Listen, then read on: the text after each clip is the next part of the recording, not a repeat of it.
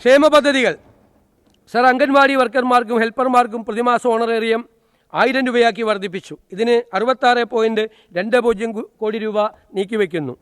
Sir, ASHA വർക്കർമാരുടെ പ്രതിമാസ honorarium 3000 രൂപ വർദ്ധിപ്പിച്ച് 9000 രൂപയിൽ നിന്ന് 12000 രൂപയാക്കി ഉയർത്തി. ഇതിന് 78.40 കോടി രൂപ വകയിരുത്തുന്നു. പാചക തൊഴിലാളികളുടെ വിദ്യാലയങ്ങളിലെ വേതനം 1000 രൂപ വർദ്ധിപ്പിച്ചിട്ടുണ്ട്.